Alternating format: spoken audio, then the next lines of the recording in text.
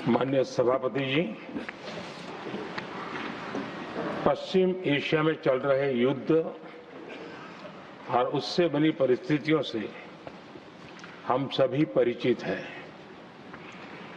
मैं आज संसद के उच्च सदन के सामने और देशवासियों के सामने इन विकट परिस्थितियों पर सरकार का पक्ष साझा करने के लिए उपस्थित हुआ हूं।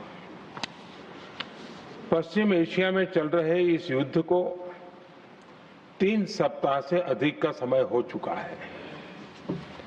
इस युद्ध ने पूरे विश्व में गंभीर ऊर्जा संकट पैदा कर दिया है। भारत के लिए भी ये स्थिति चिंताजनक है। इस युद्ध से हमारे व्यापार के रास्ते प्रभावित हो रहे हैं। इससे पेट्रोल, डीजल, गैस और फर्टिलाइजर जैसे जरूरी सामान की रूटीन सप्लाई प्रभावित हो रही है। गल्फ देशों में करीब 1 करोड़ भारतीय रहते हैं, वहां काम करते हैं। उनके जीवन और आजीविका की सुरक्षा भी भारत के लिए बहुत बड़ी चिंता है। होर्मुज स्ट्रेट में दुनिया के अनेक जहाज फंसे हैं। उनमें बहुत बड़ी संख्या में भारतीय क्रू मेंबर्स हैं। ये भी भारत के लिए एक बड़ी चिंता का विषय है। ऐसी विकट परिस्थिति में आवश्यक है कि भारत की संसद के इस उच्च सदन से शांति और संवाद की एकजुट आवाज पूरे विश्व में जाए।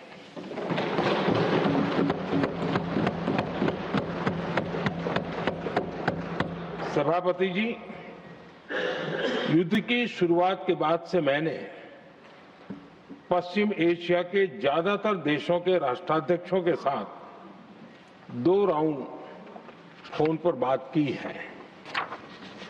हम गल्फ के सभी देशों के साथ लगातार संपर्क में हैं। हम ईरान, इजराइल और अमेरिका के साथ भी संपर्क में हैं। हमारा लक्ष्य डायलॉग और डिप्लोमेसी के माध्यम से क्षेत्र में शांति की बहाली का है। हमने डी एस्केलेशन और हॉर्मुज स्ट्रेट खोले जाने पर भी उनसे बात की है। कमर्शियल जहाजों पर हमला और हॉर्मुज स्ट्रेट जैसे अंतर्राष्ट्रीय जलमार्ग में रुकावट अस्वीकार्य है। भारत ने नागरिकों पर, सिविल इंफ्रास्ट्रक्चर पर, एनर्जी और ट्रांसपोर्ट से जुड़े इंफ्रास्ट्रक्चर पर हमलों का विरोध किया है।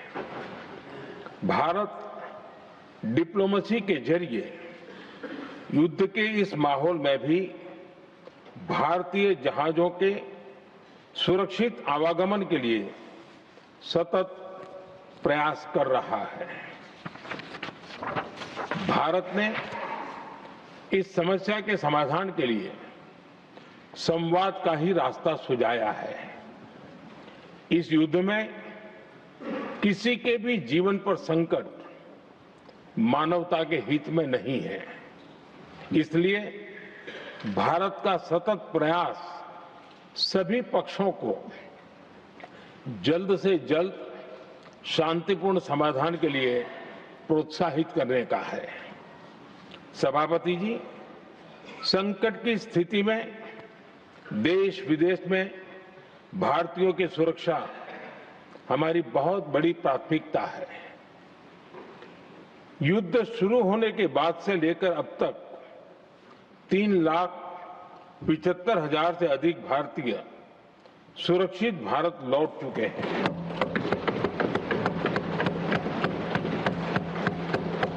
ईरान से ही अभी तक 1000 से अधिक भारतीय सुरक्षित वापस लौटे हैं। इनमें 700 से अधिक मेडिकल की पढ़ाई करने वाले युवा हैं। हमारी सरकार संकट के इस समय में पूरी संवेदनशीलता से काम कर रही है। सभी देशों ने वहां मौजूद भारतीयों की सुरक्षा का पूरा आश्वासन दिया है। हालांकि ये बहुत दुखद है कि हमलों के कारण कुछ भारतीयों की मृत्यु हुई है और कुछ घायल भी हुए हैं। ऐसे मुश्किल हालात में परिवारजनों को आवश्यक मदद दी जा रही है। जो घायल है उनका बेहतर इलाज सुनिश्चित कराया जा रहा है। सभापति जी, होर्मुज स्ट्रेट विश्व व्यापार के सबसे बड़े रूट्स में से एक है।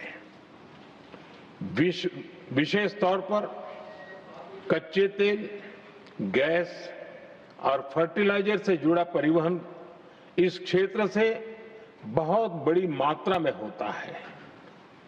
युद्ध के बाद से ही होर्मुज स्ट्रेट में जहाजों का आना जाना बहुत चुनौतीपूर्ण हो गया है, लेकिन विपरीत परिस्थितियों के बावजूद हमारी सरकार ने संवाद से, कूटनीति के माध्यम से रास्ते बनाने का प्रयास किया है। प्रयास ये है कि जहां से भी संभव हो वहां से तेल और गैस की सप्लाई भारत पहुंचे। ऐसी हर कोशिश के नतीजे भी देश देख रहा है। बीते कुछ दिनों में दुनिया के अनेक देशों से कच्चा तेल और एलपीजी से भरे जहाज भारत आए हैं।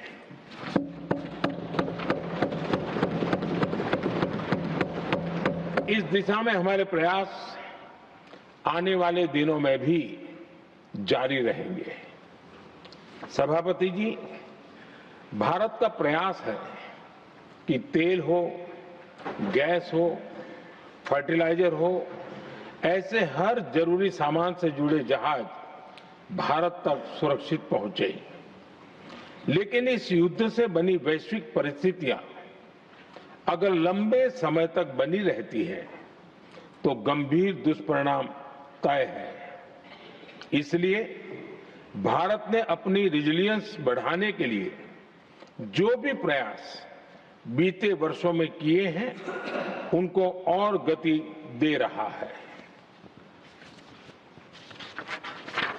सभापति जी, कोई भी संकट हो वो हमारे हौसलों और हमारे प्रयास दोनों की परीक्षा लेता है। देश ऐसे संकटों का बेहतर तरीके से सामना कर सके, इसके लिए बीते 11 वर्षों में निरंतर निर्णय लिए गए हैं। एनर्जी इंपोर्ट का डाइवर्सिफिकेशन ऐसे ही प्रयासों का हिस्सा है। पहले क्रूड ऑयल, एलएनजी, एलपीजी ऐसी एनर्जी जरूरतों के लिए 27 देशों से इंपोर्ट किया जाता था। वहीं आज भारत 41 देशों से एनर्जी इंपोर्ट करता है। बीते दशक में भारत ने संकट के ऐसे ही समय के लिए कच्चे तेल के भंडारण को भी प्राथमिकता दी है। हमारी तेल कंपनियां संकट के समय के लिए काफी मात्रा में पेट्रोल और डीजल का भंडार रखती है।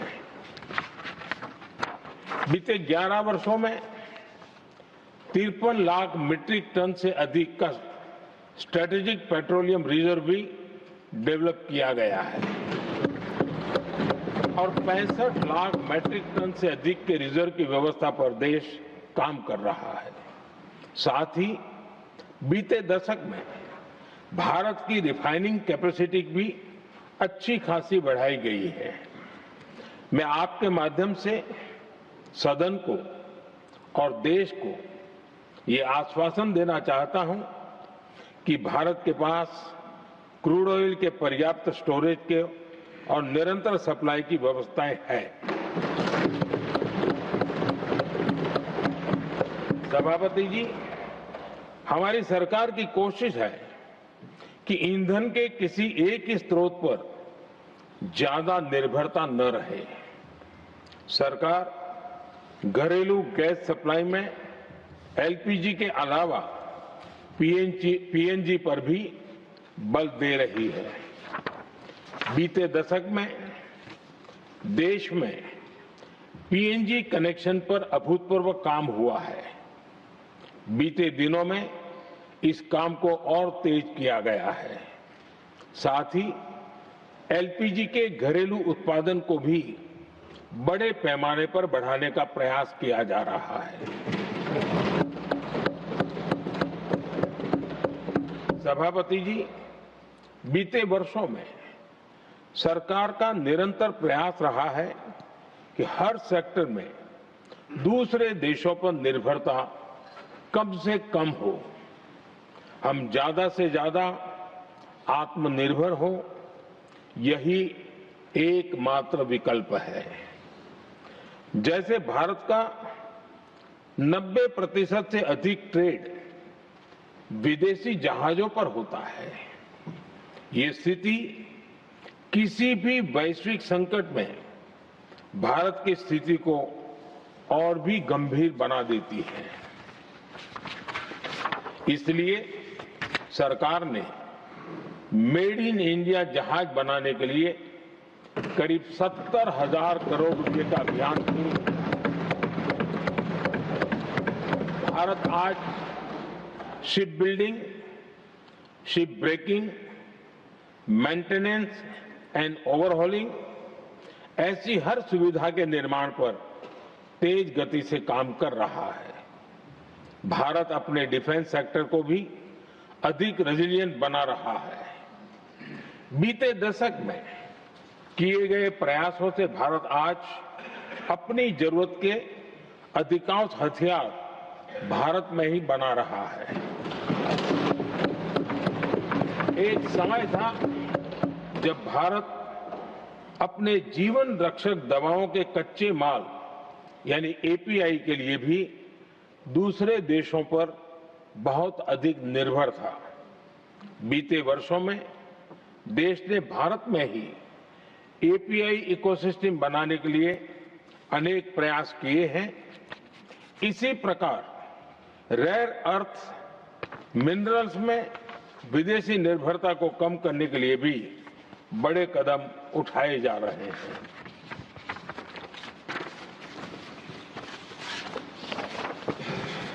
आदरणीय सभापति जी, वर्तमान संकट ने पूरी दुनिया की इकोनॉमी को हिला दिया है। अभी तक पश्चिम एशिया में जो नुकसान हुआ है उससे रिकवर होने में भी दुनिया को बहुत समय लगेगा। भारत पर इसका कम से कम दुष्प्रभाव हो, इसके लिए निरंतर प्रयास किए जा रहे हैं। हमारी इकोनॉमी के फंडामेंटल्स मजबूत हैं और सरकार पल पल बदलते हालात पर नजर रखे हुए है। सरकार इसके शॉर्ट टर्म, मीडियम टर्म और लॉन्ग टर्म ऐसे हर प्रभाव के लिए एक रणनीति के साथ काम कर रही है। भारत सरकार ने एक इंटर मिनिस्ट्रियल ग्रुप भी बनाया है। ये ग्रुप नियमित मिलता है और हमारे इंपोर्ट एक्सपोर्ट में आने वाली हर दिक्कत का आकलन करता है और ये ग्रुप आवश्यक समाधान पर भी निरंतर काम करता रहा है। जैसे कोरोना के समय में अलग अलग सेक्टर्स की चुनौतियों से निपटने के लिए एक्सपर्ट्स और ऑफिसर्स के एम्पावर्ड ग्रुप्स बने थे, वैसे ही कल ही ऐसे 7 नए एम्पावर्ड ग्रुप्स का भी गठन किया गया है। ये group supply chain, petrol diesel, fertiliser, gas, महंगाई ऐसे विषयों पर त्वरित और दूरगामी रणनीति के तहत कार्रवाई करने का काम करेंगे। मुझे पूरा भरोसा है कि साझा प्रयासों से हम परिस्थितियों का बेहतर सामना कर पाएंगे। आदरणीय सभापति जी, सरकार ये भी प्रयास कर रही है कि आने वाले बुआई के सीजन में किसानों को पर्याप्त खाद मिलती रहे। सरकार ने खाद की पर्याप्त सप्लाई के लिए आवश्यक तैयारियां की हैं। सरकार का निरंतर प्रयास है कि किसानों पर किसी भी संकट का बोझ न पड़े। मैं देश के किसानों को फिर आश्वस्त करूंगा कि सरकार हर चुनौती के समाधान के लिए उनके साथ खड़ी है।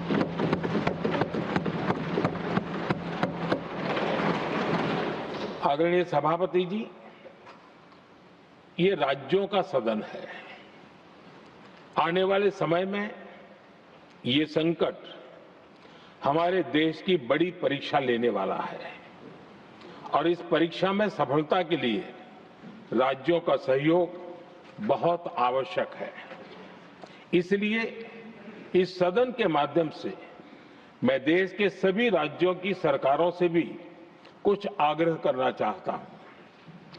संकट के समय गरीबों पर, श्रमिकों पर, प्रवासी साथियों पर बहुत बुरा असर पड़ता है।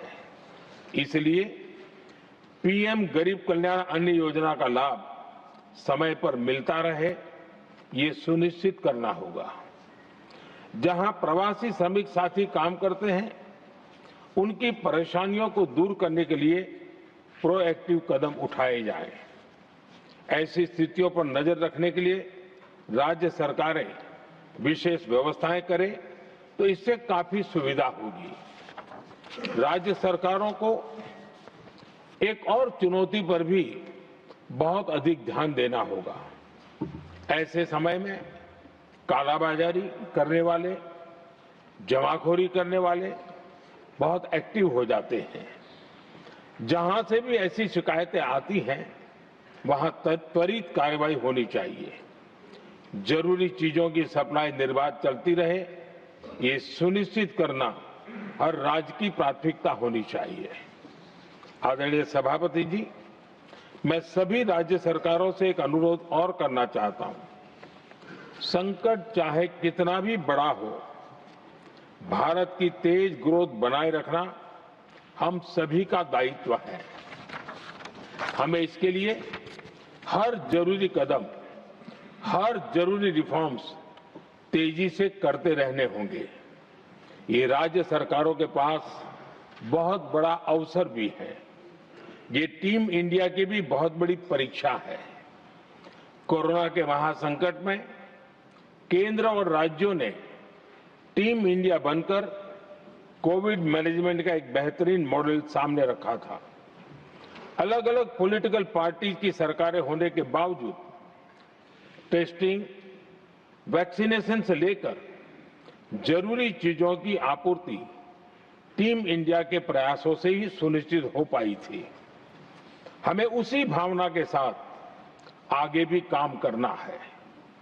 सभी राज्य सरकारों और केंद्र सरकार के प्रयासों से देश इस गंभीर वैश्विक संकट का प्रभावी रूप से सामना कर पाएगा। आदरणीय सभापति जी, ये संकट अलग प्रकार का है और इसके समाधान भी अलग प्रकार से ही तय किए जा रहे हैं। हमें धीरज के साथ, संयम के साथ, शांत मन से हर चुनौती का मुकाबला करना है।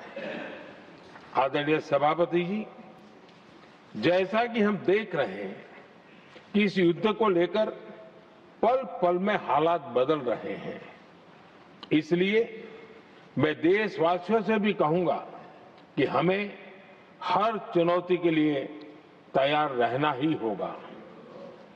इस युद्ध के दुष्प्रभाव लंबे समय तक रहने की प्रबल आशंका है, लेकिन मैं देशवासियों को भरोसा देता हूं सरकार सतर्क है, तत्पर है और पूरी गंभीरता से रणनीति बना रही है, हर निर्णय ले रही है।